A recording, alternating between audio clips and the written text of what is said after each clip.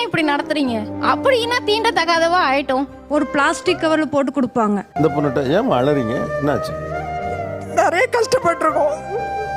வீட்டில் பணி செய்யக்கூடிய பணிப்பெண்கள் ஒரு பக்கமும், அந்த வீட்டினுடைய முதலாளிகள் இன்னொரு பக்கமாக இருக்கிறார்கள். தன்னோட குடும்ப கஷ்டத்துக்காக இன்னொருத்தர் வீட்டுல போய் பணிப்பெண்ணாக வேலை புரியும் பெண்கள் அவங்க வேலை பார்க்குற இடத்துல அவங்க ஃபேஸ் பண்ணக்கூடிய கஷ்டங்கள், அவமானங்கள், இது எல்லாத்தையும் தான் இந்த வீடியோல பார்க்க போறோம். அண்ட் இந்த மாதிரி வேலைக்கு செல்லும் பெண்களை புழுப்பூச்சை விட கேவலமாக நடத்தும் ஒரு சில கேவலமான முதலாளி அம்மாக்களை கழுவி ஊத்துவதற்காகவும் தான் இந்த வீடியோ. ஸோ வாங்க வீடியோக்குள்ள போலாம்.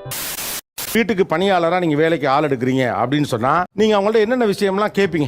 எஸ் மேடம், சரிங்க அப்படின்னு நம்மள மதிப்பு கொடுத்து பேசுறாங்களா, அப்புறம் எத்தனை வீட்டுல வேலை செய்யறாங்கன்னு கேட்டுப்பேன். ஒரு 3-4 இடத்துல வேலை பார்த்தா எடுக்க மாட்டீங்க. ஆமா.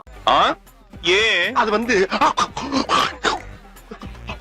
நீங்க சொல்ற மாதிரி அவங்க 3-4 வீட்டுல வேலை பார்க்காம உங்க வீட்டுல மட்டுமே வேலை பார்க்கறாங்கன்னு வச்சுக்கோங்க. அவங்க 3-4 வீட்டுல வேலை பார்த்து உழைக்கிற காசை நீங்க சம்பளமா கொடுப்பீங்களா? அதுல ஏதாவது பிரச்சனையா? உங்களுக்கு என்ன பிரச்சனை இருக்கு? எனக்கு தான் பிரச்சனை.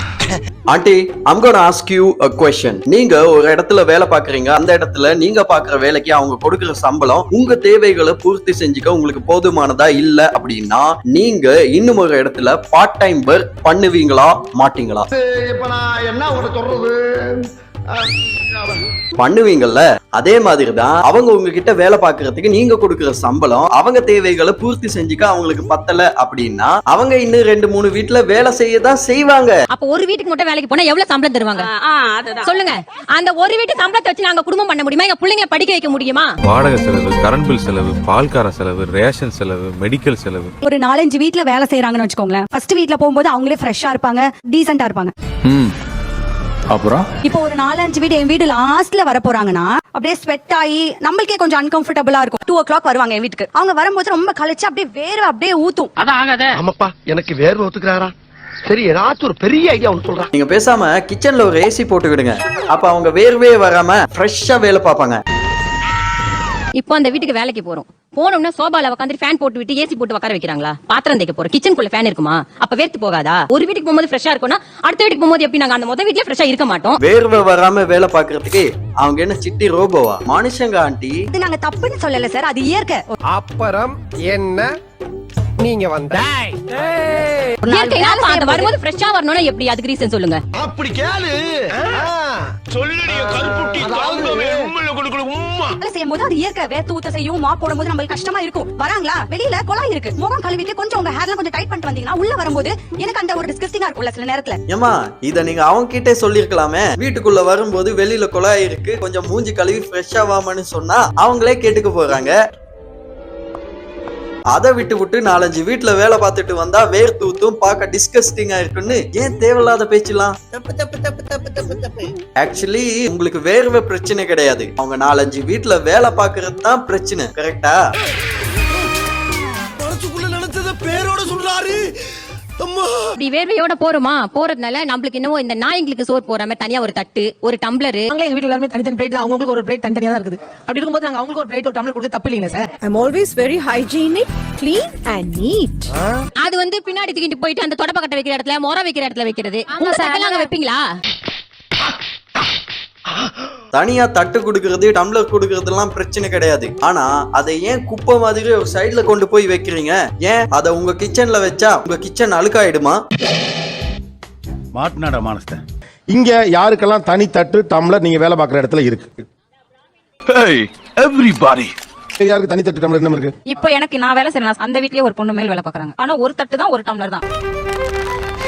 நாங்க 2 பேரும் ஒன்னா சேர்ந்து சாப்பிட முடியாது. அவ சாப்பிட்டா நான் சாப்பிட முடியாது, நான் சாப்பிட்டா அவ சாப்பிட முடியாது. டீனாலும் தண்ணினாலும் அதே ஒரு டம்ளர் தான். ஏண்டா ஆளுக்கு ஒரு தட்டு ஒரு டம்ளர் எவ்வளவு ஆக போகுது? அத கூட வாங்கி கொடுக்கறதுக்கு உங்ககிட்ட வசதி இல்லைன்னா, அவ்வளவு வறுமையில இருக்கீங்கன்னா நீ எல்லாம் எதுக்குடா வீட்டு வேலைக்கு ஆளு வச்சுக்கிற? ஒரு தட்டு ஒரு டம்ளர்ல மிச்சப்படுத்தி தான் வெளிய பணக்காரன்னு சொல்லிட்டு திரியறல்ல. கம்பெனி சீக்கிரத்தை வெளியே சொல்லாதடா. நான் வந்து சமையல் வேலை பார்க்குறேன் சார். மேல் வேலை செய்யறவங்களுக்கும் எனக்கும் ஒரே இதுதான். நான் சாப்பிட்டா அவங்க சாப்பிட முடியாது, அவங்க சாப்பிட்டா நான் சாப்பிட முடியாது. அது அவங்க படுற கஷ்டத்தை சொல்லிட்டு இருக்காங்க. இவங்க ஏன் சிரிச்சிட்டு இருக்காங்க? இது பிறந்ததுல இருந்தே இப்படித்தானா? மூளை வளர்ச்சி குறைவா? கஷ்டமா இருக்கும் அந்த டைமுக்கு. இந்த சாப்பாடை கூட அந்த இடத்துல வந்து வருத்தமா சாப்பிடுற மாதிரி இருக்கும். அவங்களே அவங்க குடும்ப கஷ்டத்துக்காக தான் உங்க வீட்ல வந்து வேலை பாக்குறாங்க. அவங்கள உங்க குடும்பத்துல ஒருத்தரா நினைக்க வேணாம், அட்லீஸ்ட் ஒரு ஹியூமனா அவங்கள ட்ரீட் பண்ணலாம்ல. என்ன மனுஷங்கடா நீங்கலாம். இந்த பொண்ணுட்ட ஏன் அழறீங்க, என்னாச்சு? நிறைய கஷ்டப்பட்டிருக்கோம். எனக்கு ஆக்சுவலா ஒரு பக்கம் ஆச்சரியமா இருக்கு, இதெல்லாம் இப்ப இருக்கான்னு சொல்லி. இல்ல சார் அதெல்லாம் ஒத்துக்கிட்டு தானே சார் அவங்க வேலைக்கு வராங்க.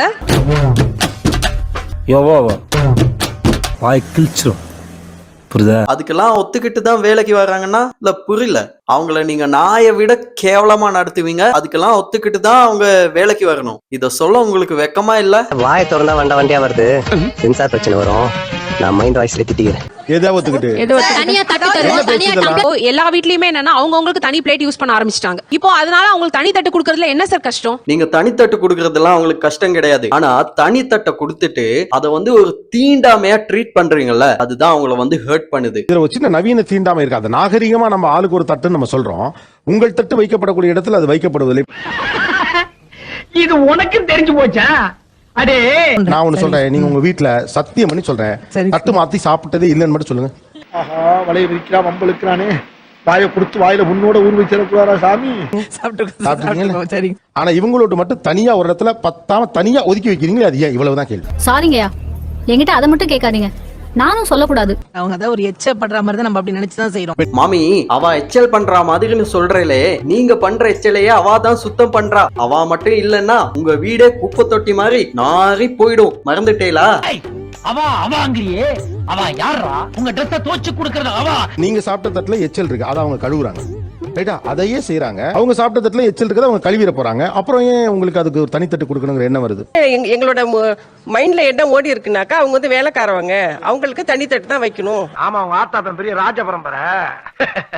அப்போ இனிமே உங்க வீட்டுல யாராச்சும் டீ கடை ரெஸ்டாரண்ட் எல்லாம் போறாங்க அப்படின்னா அவங்களுக்கு தனி தட்டு தனி கிளாஸ் கொடுத்து அனுப்பிடுங்க. ஏன்னா அங்கெல்லாம் ஏழை பணக்காரன் எல்லாருக்குமே ஒரே தட்டு தான், ஒரே கிளாஸ் தான். அண்ட் ஒன் மோர் திங், உங்க வீட்டுல யாருக்காச்சும் ஆக்சிடென்ட் ஆச்சு, ஏதாவது அவசரமா பிளட் வேணும் அப்படின்னா ஏழைகள் ரத்தம் வேண்டாம், எனக்கு பணக்கார பிளட் மட்டும் தான் வேணும் அப்படின்னு பணக்கார பிளட் கிடைக்கும் வரைக்கும் காத்திருங்க. கடைசி வரைக்கும் கிடைக்கலன்னா கடைசி வரைக்கும் காத்திருங்க. புதுமப்பெண் பைத்தியக்காரத்தனமா பாரதி கனவு கண்டு வச்சுட்டு போயிட்டான். ஆனா நீங்க எல்லாம் உருப்பட போறதில்ல. ஓகே கைஸ், வீடியோட எண்டுக்கு வந்தாச்சு. இந்த வீடியோ உங்களுக்கு பிடிச்சிருந்தா மறக்காம லைக் பண்ணுங்க, கமெண்ட் பண்ணுங்க, ஷேர் பண்ணுங்க. அண்ட் இன்னும் ஒரு தரமான சம்பவத்துல வந்து உங்களை சந்திக்கிறேன். அப்போ வரட்டா, பாய்.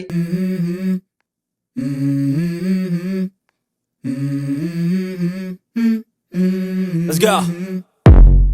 I wake up to a little bit of drool on my pillow, feel like it's gonna be a bad day. Yeah, I'm tired of shit, and the coffee ain't hit yet, damn ain't that great. I don't wanna go to work, cause my boss is a jerk, and I'm not even that paid.